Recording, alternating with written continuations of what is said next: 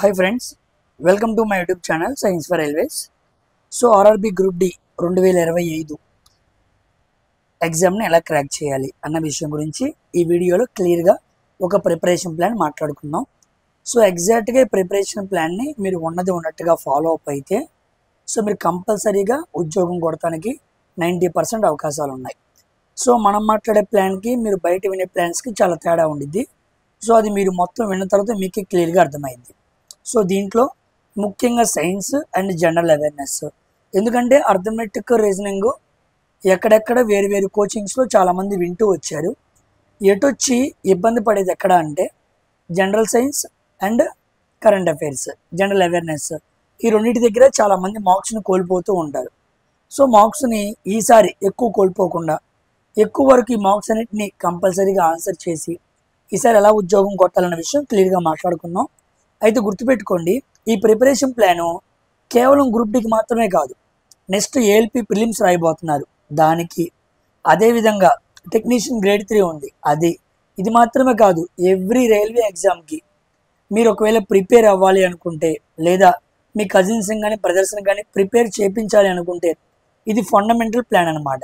అందుకే ఎక్కువసార్లు నా ప్లాన్ అంతా మీకు ఒకలాగే అనిపిస్తూ ఉండిద్ది, ఎందుకంటే అది కామన్గా సేమ్ అందరికి ఒకలాగే ఉండిద్ది, కాస్త మార్పుగా ఉండిద్ది. దాన్ని ఈరోజు మనం క్లియర్గా మాట్లాడుకుందాం. కంపల్సరీగా ఈ ప్రిపరేషన్ ప్లాన్ మాత్రమే మీకు జాబ్ వచ్చేలా చేస్తుంది. దాన్ని జాగ్రత్తగా వినండి, అర్థం చేసుకోండి, ఓకేనా? So let's get in to our వీడియోలోకి వెళ్ళే ముందు అందరూ నా వీడియోని లైక్ చేయండి, షేర్ చేయండి, నన్ను సపోర్ట్ చేయడం మర్చిపోవద్దు, ఓకేనా? చూడండి, ఈ రిక్రూట్మెంట్ ప్రాసెస్ గ్రూప్ డి అనేది మొత్తం మనకి 4 స్టేజ్లో ఉండిద్ది. ఫస్ట్ ఏమో కంప్యూటర్ బేస్డ్ టెస్ట్ అనమాట, అంటే మనకి ఎగ్జామ్ ఇది సింగిల్ ఎగ్జామ్, అందుకే దీనికి హై లెవెల్ కాంపిటీషన్ ఉండిద్ది. 10th క్లాస్ మీద జరిగే ఎగ్జామ్ కాబట్టి. 2 ఫిజికల్ ఎఫిషియన్సీ టెస్ట్, ఇక్కడ కూడా చాలామంది పోతారు. చాలా కాలంగా బాడీ మొత్తం పెరిగిపోయి పెళ్ళిళ్ళు చేసుకొని కాస్త ప్రిపరేషన్లో ఉండి ఎగ్జామ్స్ క్వాలిఫై అవుతారులే, కానీ ఫిజికల్గా వాళ్ళు స్టాండర్డ్స్ని మెయింటైన్ చేయలేరు, రన్నింగ్లో పోతారు. ఎందుకంటే 1 కిలోమీటర్ రన్నింగ్ కొట్టాలి కాబట్టి కంపల్సరీగా అక్కడ చాలామంది పోయే అవకాశం ఉంది. లాస్ట్ టైం మేము రన్నింగ్కి వెళ్ళినప్పుడు ఎంతోమంది పోయారు.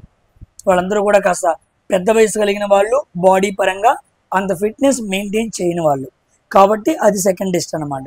ఇక డివి మెడికల్ అనేది తీసేయండి, ఓకేనా? సో ముఖ్యంగా ఈ కంప్యూటర్ బేస్డ్ టెస్ట్ మీద మనం ఎక్కువగా ఫోకస్ చేయాలి. ఇక్కడ క్వాలిఫై అయ్యావంటే మోస్ట్లీ 90% ఉద్యోగం అయిపోయినట్టే. ఏంటి, నువ్వు ఫిజికల్ ఫిట్నెస్ కలిగి ఉంటే, నువ్వు రన్నింగ్ కొట్టగలిగే సామర్థ్యం కలిగి ఉంటే, ఎగ్జామ్ అవగొట్టుకుంటే అయిపోయింది. అయితే ఎగ్జామ్ అవగొట్టుకోవాలంటే ఎటువంటి మార్క్స్ కావాలి ఏంటి అనే కట్ ఆఫ్ల తర్వాత మాట్లాడదాం. అసలు ఫుల్గా ప్రిపరేషన్ అనేది ఎలా చేసుకోవాలి, అసలు నువ్వు ప్రిపేర్ అవ్వగలవా, నువ్వు కొట్టగలవా, నీ స్థాయి ఉందా అన్న విషయాలు ఇక్కడ మనం ఆలోచన చేద్దాం. దానికి తగ్గట్టుగా మీరు ప్రిపరేషన్ చేయాలా లేదా అన్న విషయాలు మీకు అర్థమవుతాయి. ఇదిగోండి, కంప్యూటర్ బేస్డ్ టెస్ట్ మొత్తం మనకి 100 క్వశ్చన్స్ ఉంటాయి. జనరల్ సైన్స్ 25 మార్కులు, మ్యాథమెటిక్స్ 25 మార్కులు, రీజనింగ్ 30 మార్కులు, జనరల్ అవేర్నెస్ 20 మార్కులు. ఎటొచ్చి ఎక్కువ మంది ఈ మ్యాథమెటిక్స్ ఈ రీజనింగ్ సాల్వ్ చేసేస్తారు. ఇక అర్థమెటిక్ రాలేదు, అర్థమెటిక్ కుదరదు, కేవలం నేను సైన్స్తోనూ కరెంట్ అఫైర్స్తోనూ ఉద్యోగం కొడతాం అని అనుకుంటే అది నీ భ్రమ. 2025లో నువ్వు కాంపిటేటివ్ ఎగ్జామ్స్కి ప్రిపేర్ అవుతున్నప్పుడు you can't survive without learning arithmetic and reasoning. ఈ రెండింటిని పట్టుకోకుండా వీటి జోలికి వెళ్లకుండా ఉద్యోగం కొట్టావంటే ఎక్కడో ఎవడికో ఒకటి జరిగిద్ది, అది కూడా కష్టం. ఎందుకంటే ఎగ్జామ్లో 25 + 30 55 మార్కులు ఫుల్కి ఫుల్ తెచ్చుకునే వాళ్ళు రెడీగా ఉన్నారు. 2019లో ఎగ్జామ్ మిస్ అయిన వాళ్ళు ఉన్నారు, 2024లో ఏఎల్పి మిస్ అయిన వాళ్ళు, 2025లో గ్రూప్ డి రాయడానికి రెడీగా ఉన్నారు. సో వాళ్ళందరూ హై లెవెల్లో షార్ట్ కట్స్తో బాగా అర్థమెటిక్ రీజనింగ్ నేర్చుకుని ఉంటారు. మరి అలాంటి వాళ్ళతో పోటీ పడాలంటే ఇవి నేను చేయను అంటే కష్టం. ఇక్కడ నుంచి నీకు 55 మార్కులు రావాలి. ఏ ఎగ్జామ్కైనా 70 మార్కులు తెచ్చుకుంటే you got a good score. కాబట్టి 55 మార్కులు ఫుల్కి వచ్చేయాలి. ఎటొచ్చి ఇక జనరల్ సైన్స్ కరెంట్ అఫైర్స్ వీటి గురించి మనం మాట్లాడుకుందాం. ఈ 45 మార్కులు చాలా చాలా ఇంపార్టెంట్, ఓకేనా? ఇక్కడ 1/3 నెగిటివ్ ఉంది, ఆ విషయం మర్చిపోవద్దు, చాలా చాలా ఇంపార్టెంట్. ఇది సిలబస్ అనమాట. సో నేను mathematics syllabus, general reasoning syllabus మీకు ఐడియా ఉంది. ఎటొచ్చి ఇదిగోండి జనరల్ సైన్స్ సిలబస్ గురించి మాట్లాడదాం. The syllabus under this shell cover physics, chemistry, life sciences of 10th standard level CBSE అన్నాడు, అంటే సెంట్రల్ సిలబస్ అనమాట. ఇప్పుడు మన ఏపీలో కూడా ఎస్సీఆర్టీ బుక్స్ అని వచ్చినాయి. ఎస్సీఆర్టీ బుక్స్ అని వచ్చినాయి. ఈ బుక్స్లో కూడా ఫుల్ ఎన్సీఆర్టీని ఆధారం చేసుకొని ఎన్సీఆర్టీ లాగే బుక్స్ని తయారు చేశారు.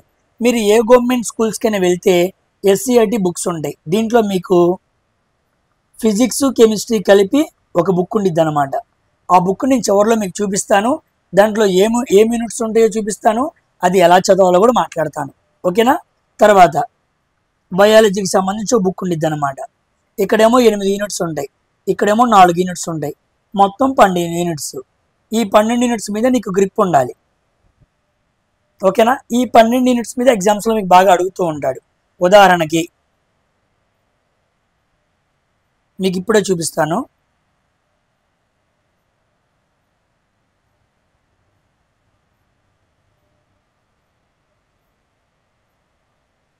ఇదిగోండి బుక్ మీకు కనపడుతుంది కదా. ఇది రీసెంట్గా మన ఏపీ ప్రభుత్వంలో జగన్ హయాంలో వచ్చిన జనరల్ సైన్స్ బుక్స్ అనమాట. ఇదిగోండి ఫిజికల్ సైన్స్ అని కనపడుతుంది చూసారా, వెరీ వెరీ ఇంపార్టెంట్. క్లాస్ 10 చాలు, నువ్వు క్లాస్ 11 దాకా వెళ్ళాల్సిన పనేమీ లేదు. క్లాస్ 10 సరిగ్గా చదువుకుంటే చాలు. ఇలా ఫిజికల్ సైన్స్, భౌతిక, రసాయన 2 ఉన్నాయి, అంటే ఫిజిక్స్ ఉంది, కెమిస్ట్రీ ఉంది. మొత్తం దీంట్లో 8 యూనిట్స్ ఉంటాయి అన్నమాట. ఇలాగే బయాలజీకి సంబంధించిన ఇంకో బుక్ కూడా ఉండిద్ది. బయాలజీకి సంబంధించిన ఇంకో బుక్ కూడా ఉండిద్ది, అది ఇలాగే ఉండిద్ది. మీరు కంపల్సరీ ఏ గవర్నమెంట్ స్కూల్స్కైనా వెళ్ళిపోయి ఈ బుక్స్ని కంపల్సరీ తీసుకోండి. మీకు ఒక విషయం తెలుసా, ఈ బుక్స్లో ఉన్న స్పెషాలిటీ ఏంటంటే ఇది తెలుగు, ఇంగ్లీషు బైలింగ్యువల్లో ఉండిద్ది. అందుకని చాలామంది గవర్నమెంట్ స్కూల్స్ వాళ్ళు కూడా ఈ బుక్స్ని బయటికి రానివ్వట్లేదు. ఎక్కడైనా కాస్త సండే మార్కెట్స్లో కానీ సాయంత్రం పూట ఈవినింగ్ వెళ్ళి బుక్స్ కంపల్సరీ కొనుక్కోండి. ఎందుకు చెబుతున్నానంటే చూపిస్తాను ఇప్పుడు. ఫుల్ ఎన్సీఆర్టీ ఆధారంగా ఈ బుక్స్ని డిజైన్ చేశారనమాట. ఇవి చదివితే మస్తు సబ్జెక్ట్ వచ్చింది. ఒక మాటలో చెప్పాలంటే నేను ఇవే చదివాను. ఇదిగోండి 1, 2, 3, 4, 5, 6, 7, 8 మొత్తం ఎన్ని యూనిట్స్ ఉన్నాయి? 8 యూనిట్స్ ఉన్నాయి. మొత్తం మనకి 8 యూనిట్స్ ఉన్నాయి అన్నమాట. దీంట్లో chemical reactions and equations, acid bases, metals and non metals. చాలా మందికి పీరియాడిక్ టేబుల్ లేదు సార్ అన్నారు. ఎస్ లేదు, కానీ పీరియాడిక్ టేబుల్లో భాగంగా ఉన్న మెటల్స్, నాన్ మెటల్స్ ఉంది. ఇక్కడ మనం మెటలర్జీ కూడా కాస్త చదువుకోవాలి. Carbon and it's compounds, light reflection and refraction, human high and colourful world, electricity, magnetism 8 యూనిట్లు. దీంట్లో ఫిజిక్స్, కెమిస్ట్రీ ఈ 8 యూనిట్లు ఉంటాయి. మిగిలిన మొత్తం 12 అనుకున్నాం కదా, మిగిలిన 4 యూనిట్లు మనకి బయాలజీలో ఉంటాయి. ఈ 2 PDFs కూడా మన టెలిగ్రామ్ ఛానల్లో నేను సెండ్ చేస్తాను. ఆన్లైన్లో ఉంటాయి, కానీ ఆన్లైన్లో ఉన్న మీరు ఆఫ్లైన్లో బుక్స్ కొనుక్కొని చదవండి. ఒక 70 రూపాయలు, ఇది ఒక 30 రూపాయలు, 100 రూపాయలకే వచ్చేస్తాయి. సండే మార్కెట్లో సెకండ్ హ్యాండ్లో కొనుక్కుంటే చక్కగా మీ దగ్గర పెట్టుకోండి. దీంట్లో ప్రతి కాన్సెప్ట్ ఎంత వివరంగా ఉండిద్దంటే ఇది చదివిన తర్వాత చాలామందికి అర్థమైపోయింది. సార్ మీరేమో ఇంగ్లీష్ మీడియం చదువుతారు, మాకు తెలుగు మీడియం ఏం అర్థం కాదు సార్ అని మీరు అనాల్సిన పని లేదు. ఇదిగోండి ఇదేమో తెలుగు మీడియం, ఇంగ్లీష్ మీడియంలో ఉంది చూసారా, ఇదిగోండి ఎమ్మటినే, ఇదిగోండి తెలుగు మీడియంలో, ఇదిగోండి ఈ పేజ్ ఇంగ్లీష్ మీడియంలో ఉందా, ఇదిగో ఈ పేజ్ తెలుగు మీడియంలో, ఈ పేజ్ ఇంగ్లీష్ మీడియంలో ఉందా, ఇదిగోండి ఈ పేజ్ తెలుగు మీడియంలో. అది కొంచెం కెమికల్ రియాక్షన్స్ ఎంత బాగా ఇచ్చాడు. ఓకేనా, బ్యాలెన్సింగ్, కెమికల్ రియాక్షన్స్, ఇదే కాదు ప్రతి యూనిట్ ఇదిగోండి చూడండి ఎంత వివరంగా తెలుగులో ఇచ్చాడు. ఇవన్నీ నేను మీకు అర్థమయ్యేలా చదువుతాను, ఎందుకంటే ఇవన్నీ మీకు ఎగ్జామ్స్లో వస్తాయి. నేను ప్రీవియస్ ఇయర్ క్వశ్చన్స్ ఎక్స్ప్లెయిన్ చేసుకుంటూ వెళ్తున్నాను కదా, ఆ సమయంలో ఇవన్నీ మీకు క్లియర్గా అర్థమవుతూ ఉంటాయి. నేను ప్రతి యూనిట్ చదువుతాను, ఆ యూనిట్లో ఎక్కడి నుంచి వచ్చినాయో చదువుతాను. మీ దగ్గర బుక్స్ ఉన్నాయి అనుకోండి, 12 యూనిట్లు ఉన్నాయి. అసలు వారం రోజులు ఒక యూనిట్ చదువుకున్నా 12 వారాలు, 3 నెలలు అయిపోయింది. ఎంత సింపుల్గా చదువుకోవచ్చు. ఎన్నెన్నో పేజీలు ఉండదు, ఒక 10 పేజీలు 15 పేజీలు ఉంటాయి. సింపుల్గా మీరు సైన్స్ మొత్తం కవర్ చేసుకోవచ్చు. ఇది చదవటం మన బద్ధకం అయిపోయి 2000, 3000 రూపాయల కోర్సులు కొనుక్కొని వాళ్ళు చెప్పిందే విధంగా చదువుకున్నారు, కానీ ఎలా చదవాలో ఏంటో తెలియక మినిమం బేసిక్ నాలెడ్జ్ సైన్స్ మీద లేక చాలా మంది పిల్లలు సంవత్సరాల బట్టి చదువుతున్నారు కానీ ఉద్యోగం కొట్టలేకపోతున్నారు. అది కొట్టకపోవడం గల కారణం ఇదే. మీకు ఇలా బుక్స్ దొరుకుతాయి, ఇలా మీకు ప్రొవైడ్ చేస్తూ మీకు ఎవరు చెప్పరు, ఎందుకంటే వాళ్ళ లాభం దెబ్బతినిద్ది. ఇప్పుడు చదువుతున్న నా మీద కూడా చాలా మందికి ప్రెజర్, నా మీద కూడా ప్రెజర్ పగ ఉండిద్ది వాళ్ళకి. వీడు మొత్తం ఇలా చెప్పేస్తున్నాడు, మనకి ఇబ్బంది అని చేసే వాళ్ళు కూడా చాలా మంది ఉన్నారు. కానీ వాడు అనుకున్నా నేను చెప్పాల్సింది చెబుతాను. ఇలాగే మనం చదవాలి. మీరు ఇలా చదివితేనే ఎక్కువ మంది రైల్వే ఎగ్జామ్కి క్వాలిఫై అవ్వగలరు. హిందీ వాళ్ళు చదివే విధానం ఇదే, మనం వాళ్ళలాగా చదవాలి. నేను హిందీ వాళ్ళ ప్రకారంగానే మీకు ఆలోచన చేస్తున్నాను. వాళ్ళ ప్లానే మనం ఫాలో అవుదాం, దాని ప్రకారంగా ఈజీగా ఉద్యోగం కొట్టచ్చు. చూసారా? కాబట్టి ఒక పేజీ తెలుగు, ఒక పేజీ ఇంగ్లీషు, రెండు పక్క పక్కనే ఉంటాయి, చక్కగా చదువుకోవచ్చు. నేను ఎలాగో ప్రీవియస్ ఇయర్ క్వశ్చన్స్ ఎక్స్ప్లెయిన్ చేస్తూ ఉంటా, మధ్యలో కొన్ని ఇంపార్టెంట్ యూనిట్స్ నేనే ఎక్స్ప్లెయిన్ చేస్తా. ఉదాహరణకి ఇదిగోండి, ఇలా జనరల్ సైన్స్లో వీటిని మాట్లాడాం కదా, ఏమేమి యూనిట్స్ నేను మాట్లాడతాను తర్వాత. ఇలా మనం జనరల్ సైన్స్ని కవర్ చేయాలి. ఓకేనా? ఇది మీరు క్లాసెస్ చదువుకుంటూ వింటూ ఉంటే అర్థమైపోయింది. నెక్స్ట్ మీకు ఆల్రెడీ చెప్పా, గ్రూప్ డిలో మొత్తం 99 షిఫ్ట్ పేపర్లు ఉన్నాయి, వాటిని క్లియర్గా ఎక్స్ప్లెయిన్ చేస్తాను. తర్వాత ఆర్ఆర్బీ టెక్నీషియన్ 22 పేపర్లు ఉన్నాయి, వాటిని క్లియర్గా ఎక్స్ప్లెయిన్ చేస్తాను. ఇవి 99, 22 పేపర్లు మొత్తం మీరు కంప్లీట్ చేస్తే మీకు ఎక్కడ ఏ క్వశ్చన్ అడుగుతున్నాడు, ఏం అడుగుతున్నాడు, ఎక్కడ అడుగుతున్నాడు, ఎలా అడుగుతున్నాడు, ఈ 3 విషయాలు బాగా అర్థమైపోతాయి. ఈ 3 నీకు అర్థమైపోయినాయా, నువ్వు సైన్స్లో చాలా వరకు వేరే వాటిని ఎలిమినేట్ చేసినట్టే. ఎక్కడ ఏమిటి ఎలా అడుగుతాడో తెలియక గుడ్డెద్దు చేలో పడినట్టు ఏది పడితే అది చదువుతూ ఆన్లైన్ ప్లాట్ఫామ్స్లో చెప్పిందే వచ్చిద్దని భ్రమలో చదువుకుంటూ ఇప్పుడు కూర్చుంటూ ఆ స్టడీ హాల్స్లో, ఆ లైబ్రరీస్లో టైం వృధా చేసుకున్న పిల్లలు ఇంకా చాలా మంది ఉన్నారు. ఆ తప్పు మీకు జరగకూడదు అంటే మీకు ఎగ్జామినేషన్ పేపర్స్లో రైల్వే వాడు ఎలా అడుగుతున్నాడో తెలియాలి. అది తెలియాలి అంటే మీరు కంపల్సరీగా ఈ పేపర్స్ని చూడాలి. ఈ పేపర్స్లో ఎలా అడుగుతున్నాడో ఈ 3 విషయాలు తెలిస్తే ఎక్స్ప్లెనేషన్ కూడా నేను క్లియర్గా చెబుతాను. కాన్సెప్ట్ మీద ఒక గ్రిప్ అనేది మీకు క్లియర్గా వచ్చేస్తూ ఉండిద్ది. మీరు ఆలోచన చేసే విధానం వేరు, నేను ఎక్స్ప్లెయిన్ చేసే విధానం వేరు. మెల్లిమెల్లిగా ఈ పేపర్లన్నీ కంప్లీట్ అయిపోయేటప్పటికి నువ్వే ప్రో అయిపోతావు. ఓకేనా? నువ్వు నార్మల్ మొబైల్గా ఉన్నావు, నువ్వు ప్రో మొబైల్గా మారిపోతావు. అంత ఛాన్స్ ఉండిద్ది అనమాట. మధ్యలో ఉదాహరణకి బయాలజీలో 4 యూనిట్లు ఉంటాయి. బయాలజీలో ఎక్కువ మంది అర్థం కానిది ఏంటంటే రీప్రొడక్షన్ ఇన్ యానిమల్స్ అనమాట. చిన్న చిన్న జీవుల్లో ఉంటాయి. బడ్డింగ్, ఫ్రాగ్మెంటేషను, బైనరీ ఫిజన్ అలాంటివి అర్థం కావు, వాటి గురించి మాట్లాడతాను. At the same time genetics, దాని గురించి బాగా అడుగుతూ ఉంటాడు, అలాంటివి మీకు అర్థం కావు, వాటి గురించి మాట్లాడతాను. నెక్స్ట్ కెమిస్ట్రీలో యాసిడ్ అండ్ బేసెస్ లాంటి యూనిట్స్ ఉంటాయి, అవి మీకు అర్థం కావు, సమయం చూసుకుని వాటిని మాట్లాడతాను. Next magnetism, very very important, నా ఫేవరెట్ టాపిక్ అనమాట మ్యాగ్నెటిజం అనేది. ఇలాంటి యూనిట్స్ కొన్ని మీకు అర్థం కావు, వాటిని కంపల్సరీ మాట్లాడతాను, మీరు అడగాల్సిన పనే లేదు, కంపల్సరీగా వాటిని అప్లోడ్ చేస్తాను. అలా అన్నిటినీ చెప్పడానికి సమయం కుదరదు, కానీ ముఖ్యమైనవి అర్థం చేసుకోవడానికి ఇబ్బందికరంగా ఉండే వాటిని కంపల్సరీగా ఎక్స్ప్లెయిన్ చేస్తాను. ఇలా మనం వెళ్ళాలి. ఇలా వెళితే నువ్వు కానీ 25 మార్కులకి నేను చెప్పినట్టు చేస్తే నువ్వు 20 నుంచి 22 మార్కులు కష్టపడి కాదు ఈజీగా తెచ్చుకోవచ్చు. ఈజీగా నీ చేత 20 నుంచి 22 మార్కులు పెట్టించే అవకాశం నాకుంది. కాదు సార్ మేము ఇప్పుడే 22 మార్కులు తెచ్చుకున్నాం అంటే నో డౌట్ నువ్వు లైన్లో ఉండవు, నీకు ఇబ్బందే అక్కర్లా, ఈ ప్లాన్ అసలు నీకు అక్కర్లా. ఎవరైతే తక్కువ మార్కులు తెచ్చుకుంటూ సైన్స్ మీద అవగాహన లేక మార్కులు కోల్పోతున్నారో వాళ్ళని దృష్టిలో పెట్టుకుని నేను మాట్లాడుతున్నాను. 22 మార్కులు ఆల్రెడీ నువ్వు అర్థమెటిక్ బాగా చేసేవాడు అయితే 50 వస్తాయి. ఇక్కడే నీకు 20 మార్కులు వస్తే నువ్వు కేవలం అర్థమెటిక్, రీజనింగ్, సైన్స్ తెచ్చుకునే 70 మార్కులు తెచ్చుకోగలవు. ఏది అర్థమెటిక్లో 5 తీసేసాను, అక్కడ నేను. నెక్స్ట్ సైన్స్లో 5 తీసేసాను, 10 మార్కులు తీసేసా. 10 మార్కులు తీసి 70 చెప్పా. 70 తెచ్చుకుంటే చాలు. కాదు కాంపిటీషన్ పెరిగింది సార్, కష్టంగా ఉంది, కరెంట్ అఫైర్స్ కూడా మనం మార్కులు గెయిన్ చేయాలి అంటే ఎస్, కరెంట్ అఫైర్స్ నుంచి 10 మార్కులు తెచ్చుకుందాం, 80 మార్కులు టార్గెట్కి వెళ్దాం. ఎందుకంటే బాగా చదివే పిల్లలు ఉన్నారు, 80 మార్కులు తెచ్చుకునే వాళ్ళు మన సబ్స్క్రైబర్స్లో చాలా మంది ఉన్నారు, మరి వాళ్ళకు ఉపయోగపడంగా చెప్పాలి కదా. ఇదిగోండి కరెంట్ అఫైర్స్. ఇప్పుడు నేను చెప్పే కరెంట్ అఫైర్స్కి చెప్పే విధానం మీరు ఎక్కడ చూసుండ్రు, జాగ్రత్తగా ఫాలో అప్ అవ్వండి. మీరు ఇలా కరెంట్ అఫైర్స్ చదివితే మీరు ఏ ఎగ్జామ్ అయినా చూసుకోండి, కరెంట్ అఫైర్స్ని చదివే విధానం ఇదే. ఇక ఎక్కడా కూడా జనరల్ అవేర్నెస్ ఎలా చదవాలి అని అడగమాకండి, కరెంట్ అఫైర్స్ ఎలా చదవాలి అని అడగమాకండి. క్లియర్గా అర్థమయ్యేలా చెబుతా చూడండి.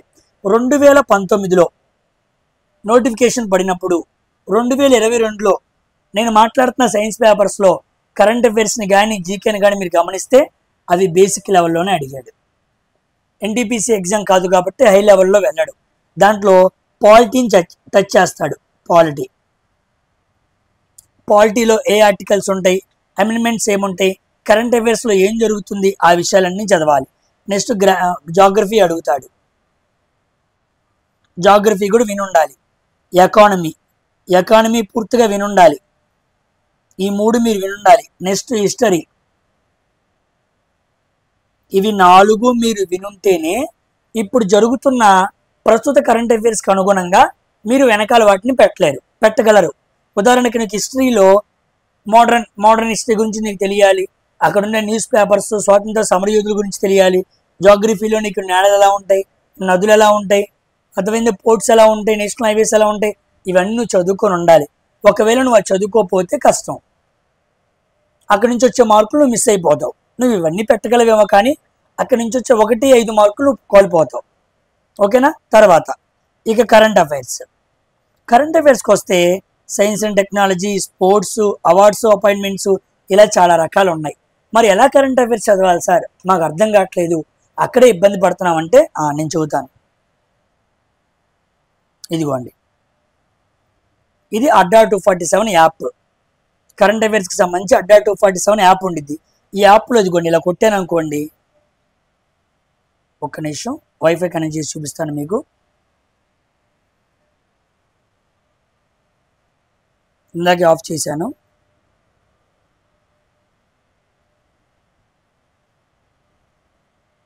ఇదిగోండి ఇలా కరెంట్ అఫైర్స్ వచ్చినాయి.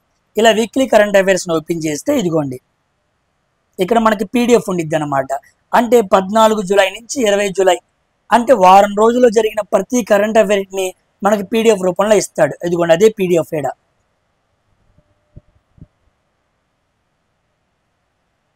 ఇదిగోండి పీడిఎఫ్ చూసారా? ఈ పీడిఎఫ్లో చక్కగా మనకి నేషనల్ అఫైర్స్, ఇంటర్నేషనల్ అఫైర్స్, ఇదిగోండి స్వచ్ఛ సర్వేక్షణ అవార్డ్స్, ఇవి వెరీ వెరీ ఇంపార్టెంట్. వీటిని ఎవరిస్తారు, ఎలా ఇస్తారు, చక్కగా ఇస్తాడండి కరెంట్ అఫైర్స్. ఇవి ఎంత బాగా చదువుకోవచ్చో. నెలకు 4 వారాలు ఉంటాయి, వారానికి ఒక పీడిఎఫ్ వచ్చింది, చక్కగా పీడిఎఫ్ చదువుకోవచ్చు. వారానికి ఒక పీడిఎఫ్ కరెంట్ అఫైర్స్ చదవలేరా? అలా చదవకుండా 20 మార్కులు కరెంట్ అఫైర్స్లో 10 మార్కులు కరెంట్ అఫైర్స్ నుంచి వస్తాయి. 20 మార్కులు జనరల్ అవేర్నెస్ కదా, 10 జీకే వేసుకోండి, 10 కరెంట్ అఫైర్స్ వస్తాయి. జీకే ఎక్కడి నుంచి అడుగుతాడో నీకు తెలీదు, కరెంట్ అఫైర్స్ డైలీ చదువుకుంటూ వెళ్ళావు అనుకో ఏమో ఉపయోగపడుతుంది. ఇదిగో national affairs, state and news, ఓకేనా? ఇదిగోండి అగ్రిమెంట్స్, ఇంటర్నేషనల్ అఫైర్స్, ఇదిగోండి బ్యాంకింగ్, ఎకానమీ. బ్యాంకింగ్ అడగడం అనుకుంటున్నారు, ఈసారి ఎన్ని బ్యాంకింగ్ అడిగాడు తెలుసా? ఎంప్లాయ్మెంట్, అన్ఎంప్లాయ్మెంట్, గ్రోత్ రేట్ అంట. అర్థమైందా? నెక్స్ట్ ముత్తూట్ ఫైనాన్స్ బ్యాంకుల గురించి అడిగాడు ఎన్టీపీసీలో, గ్రూప్ డిలో. ఇదిగోండి డిఫెన్స్ న్యూస్, డిఫెన్స్ గురించి బాగా అడుగుతాడు. Defence science and technology compulsory నువ్వు చదవాలి. ఎన్ని మిసైల్స్ వస్తున్నాయో, ఎన్ని కొత్త కొత్త షిప్స్ వస్తున్నాయో, ఎన్ని స్కార్పియన్ అలాంటివి వస్తున్నాయో, ఇవన్నీ చూసుకోవాలి. ఇదిగోండి స్పోర్ట్స్, ర్యాంక్ ఇండెక్స్ చాలా ఇంపార్టెంట్, స్కీమ్స్ చాలా important, science and technology news చాలా ఇంపార్టెంట్ డేస్, ఏ డేకే స్పెషల్స్ ఉంది, ఆబ్చరీస్ ఎవరేం చనిపోయారు, వాళ్ళ స్పెషాలిటీస్ ఏంటి. ఇదిగోండి చివరిలో మళ్ళీ స్టాటిస్టిక్స్ ఎక్కువ ఇస్తాడు, ఎవరు ఏసీఓలుగా పనిచేస్తున్నారు ఏంటి, ఇవన్నీ కూడా వారానికి ఒక పీడిఎఫ్ ఇస్తాడు. ఇదిగోండి ఆ పీడిఎఫ్ మీకు ఈ రూపంలో వచ్చింది. చక్కగా పీడిఎఫ్ చదువుకొని వారంలో పీడిఎఫ్ని కంప్లీట్ చేయలేరా? అలా చేయాలండి, లేకపోతే అవ్వదు. ఊరికనే ఉద్యోగం కొట్టేసి 40,000 రూపాయలు 50,000 రూపాయలు ఉద్యోగాలు రావాలంటే రావండి, కష్టపడాలి. నేను అనే మాటలు మీకు గట్టిగా ఉండొచ్చేమో కానీ నేను మాట్లాడుతున్నట్టు నిజం ఉంది, నేను అంటున్న మాట గట్టిదేమో కానీ నిజం ఉంది. ఈజీగా కాదండి. ఎందుకు అసలు కరెంట్ అఫైర్స్ వదిలేస్తారు, నేను మిగతా దాంట్లో చూసుకుంటా, ఆ 80 మార్కులు కొట్టేస్తా, 20 అక్కర్లేదు అనుకుంటున్నావు, అక్కడే మనం చేస్తున్న తప్పు. నార్త్ వాళ్ళు కరెంట్ అఫైర్స్ కంపల్సరీ చదువుతారు. అది వాళ్ళ పీడిఎఫ్లు వస్తున్నాయి, 4 పీడిఎఫ్లు ఇప్పటి నుంచి చదువుకుంటూ వెళ్ళు. రేపు డిసెంబర్లో ఎగ్జామ్ పెడతాడేమో, 4 నెలలు కంప్లీట్ చేసుకుంటావు కదా, 6 నెలలు గ్రిప్లో ఉంటావు కదా. డైలీ కరెంట్ అఫైర్కి గంట ఇవ్వకపోతే నీ వల్ల ఉద్యోగం కొడతాం అవ్వదు, నువ్వు వెనకాల పడతావు, ఇబ్బంది పడతావు. Daily you need to give 1 hour for current affairs. ప్రపంచం స్తంభించిన గంట చదువుకొని వెళ్ళిపో. అవదండి. మారుతున్న అప్డేటెడ్ సొసైటీతో నువ్వు ముందుకు వెళ్ళాలి, అప్డేట్ అవుతూ ఉండాలి, ట్రెండింగ్లో ఉండాలి నువ్వు. లేకపోతే వెనకాల పడిపోతావు. ఇది అసలు చూడండి వాళ్ళు ఎంత సోర్స్ ప్రొవైడ్ చేస్తున్నారు చూడండి. ఎవరు ప్రొవైడ్ చేయండి అలాగా, నార్తోలే చేస్తారు. ఇదిగోండి ఈ అడ్డా 247 యాప్లోకి మీరు వెళ్ళారనుకోండి, ప్రీ పీడిఎఫ్ అని. ఇదిగోండి చూడండి ఇక్కడ ప్రతిరోజు పీడిఎఫ్ ప్రొవైడ్ చేస్తున్నారు. ఇదిగోండి 19th జూలై అని కనపడుతుందా? 19th జూలై వస్తుందా? 19th జూలై రోజు జరిగిన ప్రతి కరెంట్ అఫైర్ అక్కడ చక్కగా వాళ్ళు రాస్తారన్నమాట. క్లియర్గా ప్రతిదీ చూపిస్తారు ఏం జరుగుతుంది ఏంటి అని. ఇదిగోండి 18th జూలై, ఇదిగోండి లోడ్ అవుతుంది, మీకు చూపిస్తాను నేను. ప్రతిరోజు కరెంట్ అఫైర్స్ ఇచ్చి క్లియర్గా ఓపెన్ చేస్తారు. ఇదిగోండి పీడిఎఫ్ కొట్టామనుకోండి మనం,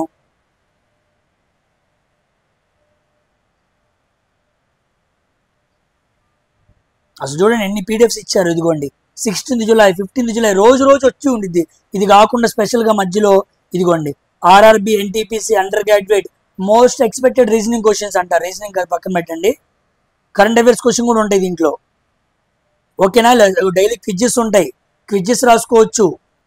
ఓకేనా? ఇదిగోండి daily quizzes, daily current affair, RRB, ఎన్టీపీసీకి సంబంధించి మ్యాథ్స్ చాలా బాగుండేది. చాలా మందికి తెలియదు ఇది. కరెంట్ అఫైర్స్కి నేను దీన్నే ఫాలో అవుతూ ఉంటా. కరెంట్ అఫైర్స్ మస్తుగా ఉంటాయండి. కాన్సెప్ట్ వారం మనకి పీడిఎఫ్ ఇచ్చేస్తారు. కాదు, ఇదిగో ఇన్షార్ట్లో 20వ తారీఖు ఏం జరిగింది, ఇదిగోండి కరెంట్ అఫైర్స్. ఇదిగో బీహార్ ఇన్ఫ్రాస్ట్రక్చర్, బీహార్ గురించి ఇదిగో ఐఎన్ఎస్ని ఇస్తారు. అర్థమైందా? ఐఎన్ఎస్ ఇస్తారు. ఫస్ట్గా వచ్చిన సపోర్ట్ విజిల్ అనమాట. ఇది మనం చూసుకోవాలి. నెక్స్ట్ ఇంకేమున్నాయి, ఇలా కరెంట్ అఫైర్స్లోకి వెళ్ళాలి. ఇదిగో న్యూ లైకెన్ స్పీసీస్, ఇవన్నీ మనం అడుగుతుంటాడు. ఇదిగో కొత్తగా తీసుకొచ్చారు ప్రధానమంత్రి ధనధాన్య కృషి యోజన. ఆ యోజన గురించి ఏంటి, దాని మ్యాటర్ ఏంటి, ఇదిగోండి world chess day, international moon day, ఇలాంటివి అడుగుతూ ఉంటాడు. వాటి స్పెషాలిటీస్ ఏంటి, ఇలా క్లియర్గా ప్రతిదీ అడుగుతుంటారు. ఇలా ప్రతిరోజు పీడిఎఫ్ ప్రొవైడ్ చేస్తూ ఉంటారు. ఇవన్నీ కూడా మీరు చూడాలండి. ఇలా కరెంట్ అఫైర్స్ డైలీ దీంట్లో అవైలబుల్గా ఉంటాయి. కాబట్టి వారానికి పీడిఎఫ్ వచ్చింది. రోజు వాళ్ళు క్లాసులు చదువుతూ ఉంటారు. ఆ క్లాసులు జాగ్రత్తగా ప్రిపేర్ అయ్యావనుకో, నీకు ఎంత ఉపయోగం, ఎంత సబ్జెక్ట్ గెయిన్ చేసుకుంటావు, అవన్నీ నువ్వు చేయాలి. అవన్నీ చేస్తేనే కరెంట్ అఫైర్స్లో నీకు 20 క్వశ్చన్స్కి నేను అనుకోవటం 10 నుంచి 12 వస్తాయి. ఈరోజు కరెంట్ అఫైర్సే చాలా ఇంపార్టెంట్. అన్ని కరెంట్ అఫైర్స్ అడుగుతున్నాడు. జీకే కూడా బాగా తక్కువ అడుగుతున్నాడు. కరెంట్ అఫైర్స్ ఆధారంగా జరిగిన జీకేని అడుగుతున్నాడు. ఈరోజు రీసెంట్గా ఏదో జడ్జి మారుతాడు, దాని గురించి హైకోర్టుకి వెనక్కి వెళ్తున్నాడు, సుప్రీంకోర్టు వెనక్కి వెళ్తున్నాడు. ఏదో కాగు సంబంధించిన న్యూస్ వచ్చింది, కాగు మీద వెనక్కి వెళ్తున్నాడు. అర్థమైందా? ఏదో నేలల మీద ఒక ఇష్యూ జరుగుతుంది, దాని మీద వెనక్కి వెళ్తున్నాడు. ఓకేనా? ఏదో మూన్ గురించి వెనక్కి వెళ్తున్నాడు సోలార్ సిస్టంలో. అలా మీరు కరెంట్ అఫైర్స్ బాగా చదివితే దాని వెనకాల జీకే అడుగుతూ ఉంటాడు. కరెంట్ అఫైర్స్ అనేది చాలా ఇంపార్టెంట్. ఈ రోజు నుంచి మీరు మొదలు పెట్టుకున్న జూలై నుంచి చదువుకుంటూ వెళ్తే ఎగ్జామ్ అక్టోబర్లో అంటున్నారు, కాదు నవంబర్, కాదు డిసెంబర్, నాకు తెలియదు. కానీ ఎక్స్పెక్టేషన్ వేసుకుంటే 6 నెలల కరెంట్ అఫైర్స్. మీకు క్వశ్చన్ తెలుసా? 6 నెలల కరెంట్ అఫైర్స్ నువ్వు డైలీ చదువుకుంటూ వెళ్తే నీకు కనపడకుండా నువ్వు చాలా నాలెడ్జ్ గెయిన్ చేస్తావు. నీ మీద నీకు చాలా కాన్ఫిడెన్స్ వచ్చింది. ఎలా చదవాలి, ఏం చదవాలి, ఇలా ఎన్నో విషయాలు నీకు అర్థమవుతాయి. ఇంకెవరిని అడిగే పనే ఉండదు, నాలాంటి చెప్పాల్సిన పనే ఉండదు మీకు. ఆ విధంగా కరెంట్ అఫైర్స్ని ప్లాన్ చేసుకోగలిగితేనే నీకు కరెంట్ అఫైర్స్ నుంచి వచ్చే 10 మార్కులు వస్తాయి. కాదు సార్ ఇదంతా చాలా కష్టంగా ఉందంటే నీకు రావు, నువ్వు తెచ్చుకున్న మార్కులే వస్తాయి.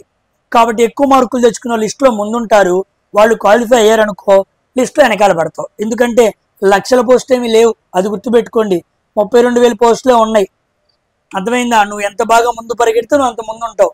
లక్షల పోస్టులు ఉంటే కొంత కాకపోతే కొంతైనా వచ్చిద్ది అనుకోవడానికి ఉంది. ఇది 2019లో మేము రాసినప్పుడు వచ్చిన నోటిఫికేషన్ కాదు. అప్పుడే కట్ ఆఫ్లు 70 దగ్గర ఉన్నాయి. మరి ఈ లెక్కని ఇప్పుడు రోజు ఎంత ఉంటాయో ఆలోచన చేసుకోండి. అది కాబట్టి మీరు ఇలా ప్రిపేర్ అయితేనే మీకు కరెంట్ అఫైర్స్ నుంచి వచ్చే 20 మార్కుల్లో ఒక 10 మార్కులు వస్తాయి. అప్పుడు 70కి 10 కలిసి 80 మార్కులు. ఒక గ్రూప్ డి ఆస్పిరెంట్కి 75 నుంచి 80 మార్కులు ఉన్నాయంటే వాడిని ఆపేవాడు ఉండడు. వాడు A2 మెడికల్ స్టాండర్డ్ కలిగితే మంచి ఉద్యోగం వచ్చిద్ది, ఎటువంటి ప్రాబ్లం ఉండదు. బేసిక్ పేలు పెరుగుతున్నాయి, డిఏలు పెరుగుతున్నాయి, చాలా డబ్బులు వస్తాయి, గ్రాట్యుటీ అమౌంట్ పెరిగిద్ది, అంతా మారిపోతుంది. కాబట్టి చక్కగా లెవెల్ 1 ఉద్యోగం కొట్టుకోవాలంటే చిన్న ఉద్యోగమే, కానీ ఎక్కువ కష్టపడాలి, అంత ఆషామాషి కాదు. అర్థమైందా? కొండ పగలు కొట్టినట్టు ఉన్న మాటలు చెప్పేస్తున్నాను, ఇది గుర్తుపెట్టుకోండి. అంతా నాకు వచ్చుగా అన్న పొగరు, అర్థమైందా? అంత ఓవర్ కాన్ఫిడెన్స్ తెచ్చుకోవద్దు, పడిపోతారు. చాలా మంది పడిపోయి నా కళ్ళ ముందు కనపడిన వాళ్ళని చాలా మందిని చూశాను. ఆ తప్పు మీరు చేయొద్దు. దయచేసి మన సబ్స్క్రైబర్స్ అందరూ కూడా ఈ విషయాన్ని దృష్టిలో పెట్టుకొని మీరు చేయాల్సింది ఒకటే, డిసిప్లైన్గా ఉండాలి. రోజు అనుకుంటే రోజు కరెంట్ అఫైర్స్ గంట చదవాలంతే. నువ్వు యాడికి వెళ్ళినా, హాస్పిటల్కి వెళ్ళినా, బాగోలేకి వెళ్ళినా, ఇంటికి వెళ్ళినా సరే గంట ఖాళీగా సమయం కుదుర్చుకొని ఈ రోజు ఏం జరిగింది అని ఇన్స్టాగ్రామ్, వాట్సాప్ ఓపెన్ చేసినట్టు కరెంట్ అఫైర్స్ ఓపెన్ చేసి చదవాలి. మంచి విషయం ఉంది, రేపు చదువుకోవాలి. కుదరని పరిస్థితి అయితే రేపైనా నోట్స్ ప్రిపేర్ చేసుకోవాలి. డైలీ నీకంటూ ఒకే ఒక్క పేజు, ఏమొద్దు ఒకే పేజు, డైలీ ఒక పేజు నీ బుక్లో కరెంట్ అఫైర్స్ గురించి రాయి చూద్దాం. గ్రూప్ డి ఎగ్జామ్ అయ్యే వరకు డైలీ ఒకే పేజు నువ్వు కరెంట్ అఫైర్స్ గురించి రాయటం మొదలుపెట్టు. నువ్వు చూడు నువ్వు కరెంట్ అఫైర్స్ని ఎలా రాస్తావో చూసుకో ఎగ్జామ్లో. అది నేను పర్టికులర్గా చేసి చదువుతున్నాను. డిసిప్లైన్ ఉండాలి, ఎంతైనా కష్టమైనా అది నువ్వు చూడాలి. కన్సిస్టెన్సీ ఉండాలి, కాన్స్టెంట్గా ఉండాలి. ఒక రోజు అనుకుంటే ఎగ్జామ్ అయ్యే వరకు రోజు ఆ పని నువ్వు చేయాలంతే. నువ్వు అలా చేసావా కంపల్సరీ నీ గోల్కి నువ్వు రీచ్ అవుతావు. ఇది ఆఖరి ఛాన్స్. నెక్స్ట్ ఐటీఐ పెట్టచ్చు, ఎందుకంటే కోట్ల మంది ఉద్యోగానికి పెడుతున్నారు. ఇంతమందికి ఎగ్జామ్ పెడతాం కష్టమైపోతుంది. ఐటీఐ క్వాలిఫికేషన్ పెట్టిందో చాలా కష్టపడాల్సి వచ్చింది. కాంపిటీషన్ పెరిగిపోతుంది, వాళ్ళు మాత్రమే రాసుకుంటారు. 10th క్లాస్ మీద ఉండే పోస్టులు చాలా తక్కువ ఉంటాయి, నువ్వు ఇబ్బంది పడతావు. ఏదో దేవుడి దయ వల్ల దీనికి మాత్రం 10th మాత్రమే పెట్టాడు అనుకో, నీ చివరి అవకాశం. పరిస్థితులు తారుమారైపోతున్నాయి, ఏజ్ పెరిగిపోతుంది, చాలా మందికి పెళ్ళిళ్ళు అవ్వట్లేదు, చాలా కష్ట పరిస్థితుల్లో ఉన్నారు మీరందరూ మాట్లాడుతున్నప్పుడు నాకు అర్థమవుతుంది అది. ఈ కష్టాలన్నీ దాటాలంటే ఈ ఉద్యోగాన్ని నువ్వు కంపల్సరీ కొట్టాలి. అలా కొట్టాలంటే డైలీ వచ్చేవాడు నేను మోటివేట్ చేయడు. నీకు డిసిప్లైన్ ఉండాలి, నీకు ఒక క్రమం ఉండాలి, నీకు ఒక పద్ధతి ఉండాలి. పద్ధతి పాడు లేకుండా గవర్నమెంట్ ఉద్యోగాలు కొడతామంటే కాని పని అయ్యా, అది మాత్రం గుర్తుపెట్టుకో. ఓకేనా? ఇలా ప్రిపేర్ అయితే, ఈ ప్రిపరేషన్ ప్లాన్ని నువ్వు కానీ ఫాలో అప్ అయితే, ఇది చాలా కష్టం అయితే మాత్రం నువ్వు కంపల్సరీ ఉద్యోగం కొట్టేస్తావు. ఓకేనా? కాబట్టి నేను గట్టిగా మాట్లాడని అనుకోవద్దు. ఇలా మాట్లాడితేనే కొంతమంది అవేక్ అవుతారు. మిమ్మల్ని రెచ్చగొడతానికి మాట్లాడుతున్నాను. కాబట్టి లగవండి, ఇలా ప్రిపేర్ అవ్వండి. నా వైపుగా నేను ఎంత చేయగలను అంత మీకు చేస్తాను. చెప్పాం కదా, మనం ఏఎల్పి ఉద్యోగానికి కష్టపడ్డాం. మనం ఎక్కువ మంది తెలుగు వాళ్ళు ఏఎల్పికి క్వాలిఫై అయ్యాం. ఇది వాళ్ళు తట్టుకోలేక ఈరోజు గొడవలు చేస్తున్నారు. నార్త్లో ఈసారి తక్కువ మంది ఉన్నారు. ఈసారి మనం ఎక్కువ మంది సైకో క్వాలిఫై అయ్యాం. అసలు మనం సైకో క్వాలిఫై అవ్వడం చాలా తక్కువ మంది.